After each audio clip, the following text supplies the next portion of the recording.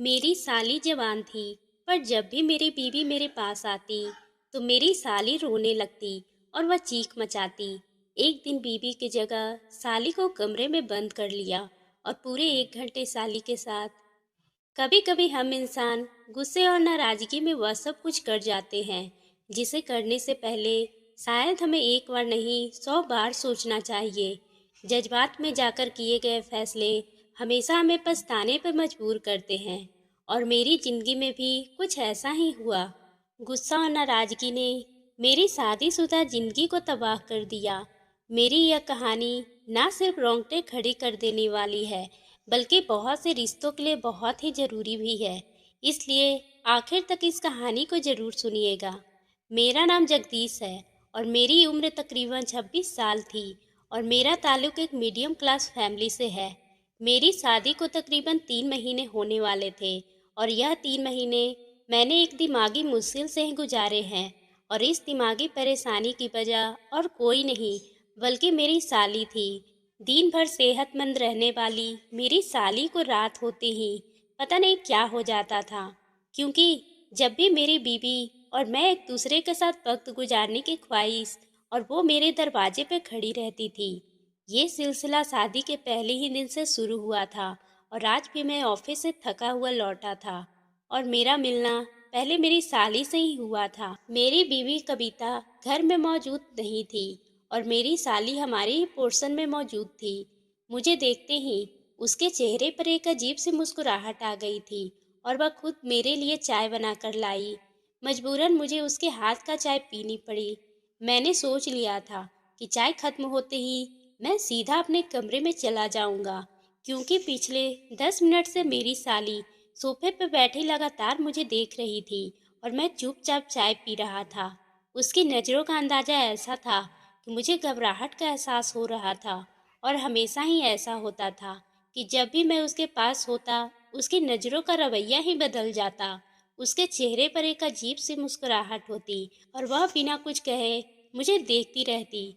अभी भी बिना कुछ कहे बस नज़र जमाए मुझ पे बैठी थी, और मुझे लग रहा था कि अगर मैं थोड़ी देर और उसके सामने बैठा रहा तो मेरा सारा जिस्म पसीने से भीग जाएगा। कभी कभी तो मेरा इतना करीब होकर बैठ जाती कि मेरे लिए बर्दाश्त करना भी मुश्किल होता। दरअसल मेरी साली 16 साल की थी, लेकिन उसकी नज़रें, उसका अंदाज उठना बैठना ऐसा था जैसे वह अभी कोई 20 साल की लड़की हो। और जब वो मेरे करीब आती और किसी न किसी बहाने से मुझे छूने की कोशिश करती, मुझे जान हवा होने लगती। इसी वक्त उसके सामने बैठे हुए मुझे अपनी बीवी पर गुस्सा आ रहा था।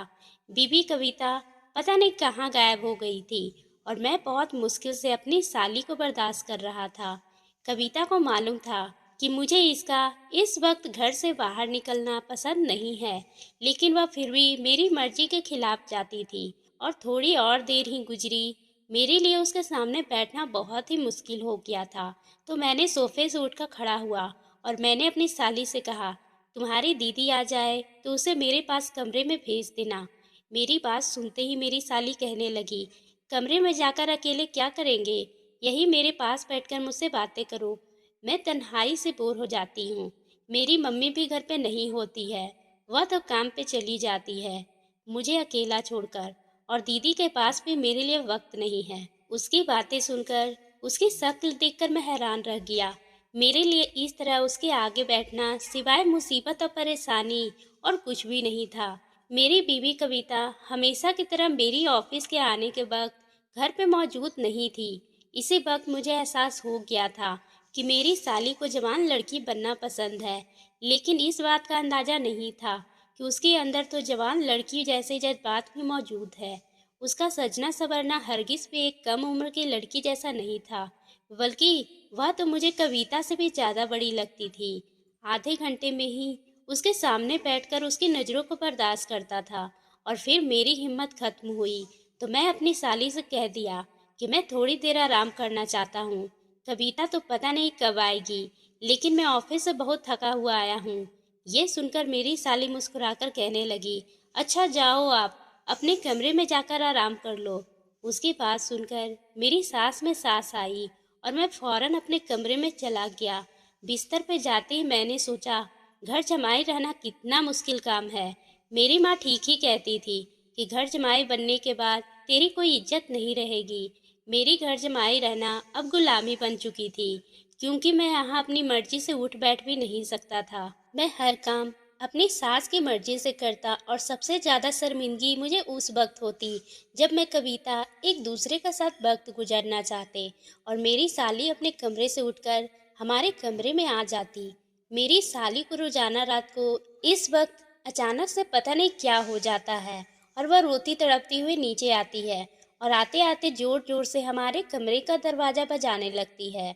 और जब तक कि कविता कमरे से बाहर निकलकर उसके पास न चली जाती, उसे सुकून ना आता और फिर वह खुद भी हमारे कमरे में आकर बैठ जाती और उसका वापसी का कोई भी इरादा ना होता था। ऐसे ही मैं इंतजार में कब सो जाता मुझे पता ही नहीं चलता।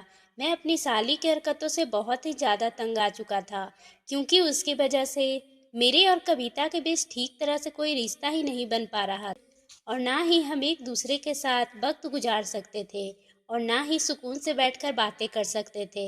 मुझे तो ये समझ ही नहीं आता था कि मेरी साली को पता कैसे चलता है कि मैं और कविता कुछ वक्त साथ बिताना चाहते हैं। वह हमेशा बिल्कुल ठीक वक्त पर हमारे कमरे में चली आती थी। हम डिनर के लिए बाहर कहीं जाते तो किसी फंक्शन में भी जाते तो साली हर जगह पर हम दोनों के बीच मौजूद होती। उसका अंदाजा भी कुछ अजीब सा होता। उसकी नज़रें हमेशा वजूद पे टिकी होती थी और मुझे अपने आर पर होती महसूस होती। मैं अपनी साली को सिर्फ कविता के खातिर बर्दाश्त कर रहा था, क्योंकि मेरी और कविता की शादी बहुत ही मुश्किल से हुई थी। लेकिन मुझे क्या मालूम था कि शादी के बाद मुझे कविता के साथ साथ उसकी माँ और बहनों की नज़रों का ऐसा सामना करना पड़ेगा। मैं और कविता एक साथ कॉलेज में पढ़ते थे, वहाँ से ही हमारी मोहब्बत शुरू हुई थी। मैं एक मिडिल क्लास फैमिली से बिलोंग करता था, जबकि कविता ताल्लुक़ खाते पीते अमीर घराने से था। कविता बहुत ही खुशमिजाज और नेक दिल लड़की थी। मुझे कॉलेज से किसी चीज़ की ज़रूरत होती या किसी चीज़ की मदद चाहिए होती तो कविता फौरन मदद करने चली आती। आहिस्ता आहिस्ता हम दोनों के बीच दोस्ती बढ़ती चली गई और मैं कविता के मोहब्बत में गिरफ्तार हो गया। लेकिन चाह कर भी मैं ये बात कविता से नहीं कह सकता था, क्योंकि हमारे बीच अमीरी गरीबी का फर्क था और वह मिडिल क्लास लोगों के लिए किसी बड़े घर की लड़की से प्यार करना सिवाय बदनामी और पछतावे के और कुछ नहीं होता। यही सोचकर पूरे एक साल गुजारने के बावजूद भी कविता से कभी अपनी मोहब्बत का इजहार ना किया। एक दिन कविता कहने लगी, जगदीश मैं तुमसे प्यार करती हूँ। आज तक मैं इसी बात के इंतजार में हूँ कि तुम मुझसे प्यार का इजहार करोगे, लेकिन लगता है कि तुमने दिल में मेरे लिए कोई जज्बात ही नहीं। उसकी आंखों में नमी थी और मैं हैरानी से इसकी बातों को गौर कर रहा था। इस बात का अंदाजा नहीं था कि जो जज्बात मेरे दिल में आग लगा रहे थे, वही जज्बात उसके अंदर भी मौजूद थे। और फिर कविता के मोहब्बत को देखते हुए कहा कि मैं भी तुमसे बहुत ही मोहब्बत करता हूँ। ये सुनकर उसकी खुशी का कोई ठिकाना ही नहीं रहा। कविता कहने लगी, मेरी माँ तुमसे मिलकर बहुत ही खुश होगी। तुम आज रात का खाना हमारे घर पे खाना। कविता की बात सुनकर मैं परेशान हो गया। मैं हैंडसम जरूर था, लेकिन उसके मुकाबले मैं बहुत ही ज़्यादा गरीब था और ऐसे में उसकी माँ मुझे कैसे अपना सकती थी। यही सोचकर मैं कविता को इनकार कर दिया। अभी मैं इस काबिल नहीं हूँ कि तुम्हारी माँ से मुलाकात कर सकूँ। कविता मुस्कुरा कर बोली, मेरी माँ दूसरी माँ जैसी नहीं है, बल्कि वह तो बहुत ही खुश होगी तुमसे मिलकर। कविता की बात ने मुझे हिम्मत दी थी और मैं कविता को घर आने के लिए राजी हो गया। अगले ही दिन कविता की माँ ने बहुत ही खुशी से मेरा स्वागत किया था और मैं उनको देखकर हैरान रह गया था, क्योंकि वह किसी तरह से कविता की माँ नहीं लगती थी। उनकी बातचीत का अंदाजा भी बिल्कुल लड़कियों जैसा ही था। उन्होंने नीले रंग का एक चमकता हुआ सूट पहन रखा था और साथ में कविता की छोटी बहन मधु भी वहीं मौजूद थी। वह मुझे गौर से देखे जा रही थी। फिर कविता की माँ ने कविता को खाने की तैयारी करने के लिए किचन में भिजवा दिया और खुद मेरे सामने बैठकर बेझिझक मेरे सर से पाँव तक जायजा ले रही थी। और उनसे मेरी पहली मुलाकात थी, इसलिए मैं बहुत ज़्यादा शर्मा रहा था। मुझे लगा कि शायद वह मुझे अपने दामाद की नज़र से देख रही है और ये जानना चाहती है कि उसकी बेटी की पसंद कैसी है। लेकिन मुझे अंदाज़ा नहीं था कि उनके दिल में क्या छुपा है। मैंने एक दो बार नज़र उठाकर उनकी तरफ देखा और उन्हें खुद को देखते हुए पाया। उन्होंने मुझे बहुत सारे सवाल पूछे थे। हैरत की बात थी कि उन्हें मेरे मिडिल क्लास होने पर कोई भी परेशानी नहीं थी। वह मधु को दूसरे कमरे में ले जाकर थोड़ी देर के बाद वापस आई थी। यह एक अच्छा डिनर साबित हुआ था। लेकिन जैसे ही मैं वापसी के लिए खड़ा हुआ तो मेरी सास ने कहा कि इस शादी के लिए उसकी एक शर्त है, वह मुझे अपने घर में अपना घर जमाई बनाकर रखेंगे। उनके इस बात से मुझे हैरान कर दिया था और साथ ही मेरी इज्जत को भी ठेस पहुंचाई थी। मैं किस तरह शादी होकर घर जमाई रह सकता था। मेरी सास ने साफ लफ्जों में कहा था कि मैं अपनी बेटी को एक छोटे से घर में विदा नहीं कर सकती, इसलिए तुम्हें यहीं रहना होगा। वैसे मैं विधवा औरत अकेले एक छोटी बेटी के साथ कैसे गुजारा कर सकती हूँ। अच्छा है तुम्हारे साथ रहने से हमें हिम्मत मिल जाए। अपनी सास की बात सुनकर मैं एक नज़र कविता पे डाला तो वह नज़र चुरा ली। शायद उसे ये बात पहले से मालूम थी। इसका ये नज़र चुराना मुझे गुस्सा दिला गया, मगर यह बात मुझे पहले ही बता देती तो शायद यहाँ आने से पहले मैं कुछ वक्त सोच लेता। मेरी सास ने मुझसे कहा कि मैं सोचने के लिए कुछ वक्त ले सकता हूँ, लेकिन वह किसी भी हाल में अपनी बेटी को विदा नहीं करेगी, बल्कि मुझे घर जमाई रखेगी। मैं वापस लौटकर अपने घर आ गया। मेरे घर में मेरे माँ पापा और एक भाई मौजूद थे, मगर उन्हें इस बात का पता नहीं था कि मैं जिस लड़की से प्यार करता हूँ उसकी माँ मुझे अपने घर रखना चाहती है। घर में एक हंगामा हो जाता। घर जाने के बाद बार बार मेरे फ़ोन पे कविता का फ़ोन आ रहा था। काफ़ी देर तक मैंने फ़ोन ना उठाया और फिर जब बार बार मैसेज करने लगी तो तंग आकर मैंने फ़ोन उठाया और कहा, तुमने मुझे ये बात पहले क्यों नहीं बताया कि तुम्हारी माँ मुझे घर जमाई बनाकर रखना चाहती है। कविता रोते हुए कहने लगी, वह मुझसे मोहब्बत करती है, वह मेरे बगैर रहना नहीं चाहती है, इसलिए उनसे ये बात पहले नहीं बताई थी क्योंकि उसे डर था कि मैं इनकार न करूं। वह कहने लगी, उसकी माँ अकेले रहने के डर से ये शर्त रखी है, अगर मैं उसकी शर्त मान लूं तो वह कुछ वक्त में खुद ही हमें अलग कर देगी। इसी बात सुनकर मैं हैरान हो गया था क्योंकि ये बात किसी तरह से सही नहीं थी। मैं घर जमाई बन जाता, लेकिन कविता को खो देने का हौसला भी मुझ में नहीं था क्योंकि कविता मुझे अपनी जान देने की धमकी दी थी। तो मजबूरन मुझे अपने घर वालों से रिश्ते की बात करनी पड़ी और जैसे ही मेरी माँ को घर जमाई वाली बात पता चली उन्होंने बहुत हंगामा किया। माँ के किसी हाल में इस बात के लिए तैयार नहीं थी कि उनका बेटा इतने बड़े घर में शादी करे और फिर घर जमाई बन जाए। माँ तो किसी गरीब घर की लड़की से शादी करना चाहती थी ताकि वह उसके साथ मिलजुल कर जिंदगी गुजार सके। लेकिन जब मैं माँ से अपनी मोहब्बत का इजहार किया तो पहले तो वह चुप हो गई और फिर मेरे प्यार और जिद के आगे हार गई और कहने लगी, सोच समझकर फैसला कर, अगर तू घर जमाई बनकर रहेगा तो याद रखना कि तुम हमेशा लोगों के इशारों पर नाचना पड़ेगा। मर्द की इज्जत बीवी को विदा कर लाने से बढ़ती है और उसके घर जाकर बस जाने से हमेशा के लिए उसका मुकाम लोगों की नज़रों में गिर जाता है। तू भले ही लाख मेहनत कर पैसा कमा, लेकिन सबको यही लगेगा कि तुम अपने ससुराल वालों के पैसों पर पल रहा है। मैंने माँ से कहा, मैं जानता हूँ कि आपका एक एक लफ्ज सच है और मैं आपसे वादा करता हूँ कि बस कुछ ही वक्त की बात है और फिर मैं कविता को अपने साथ यहाँ ले आऊँगा। मेरी बात सुनकर माँ चुप हो गई थी और मेरा कविता का साथ रिश्ता हो गया था। इसकी खुशी कोई लिमिट नहीं थी। शादी पर मेरी सास ने मुझे बहुत महंगी महंगी चीज़ दी थी, तो फिर मैं ये सोचकर कविता के घर रह गया था कि कुछ वक्त में ही तो मुझे अपनी सास को अपनी मिजाज बना लूँगा और कविता को मेरे साथ विदा कर देगी। लेकिन यह महज मेरी खुशी ही साबित हुई थी। मेरी साली ने तो शादी के पहली रात से ही हमारा सुकून तबाह कर दिया था। मेरे और कविता के दरवाज़ा बंद करने की देर होती कि मेरी साली अपने ऊपर वाले कमरे से नीचे चली आती। मैं जब कविता के करीब आता वह पता नहीं कैसे फौरन वहां पहुंच जाती। उसकी मौजूदगी मेरे लिए अपनी बीवी से बात करना भी मुश्किल हो जाता। मैं मजबूर होकर ये सब कुछ बर्दाश्त कर रहा था। कविता अपनी माँ और बहन से बहुत ज़्यादा प्यार करती थी और यही बात मुझे खामोश रहने पे मजबूर कर देती थी। आहिस्ता आहिस्ता कविता भी अपनी बहन के इस रवैये से वाकिया होने लगी थी, लेकिन उसने खुलकर कभी मुझसे कुछ नहीं कहा था। और ऐसे ही एक रात मुझे उस लम्हे में मेरी साली हमारे कमरे का दरवाज़ा बजाया। मैं गुस्से में दरवाज़ा खोला और अपनी बीवी को छोड़कर अपनी साली का हाथ पकड़कर दूसरे रूम में बंद हो गया। कविता परेशानी के आलम में जोर जोर से उस कमरे का दरवाज़ा बजाने लगी, लेकिन आज मैं रुकने वाला नहीं था। मैं तमीज़ भूल चुका था और ना ही मुझे तहजीब याद आ रही थी। मेरी साली का बहुत ही ज़्यादा शौक था हमें परेशान करने का। कविता बाहर से आवाज़ लगाती रही थी, लेकिन मुझ पर जो गुस्सा हावी था वह आसानी से उतरने वाला नहीं था।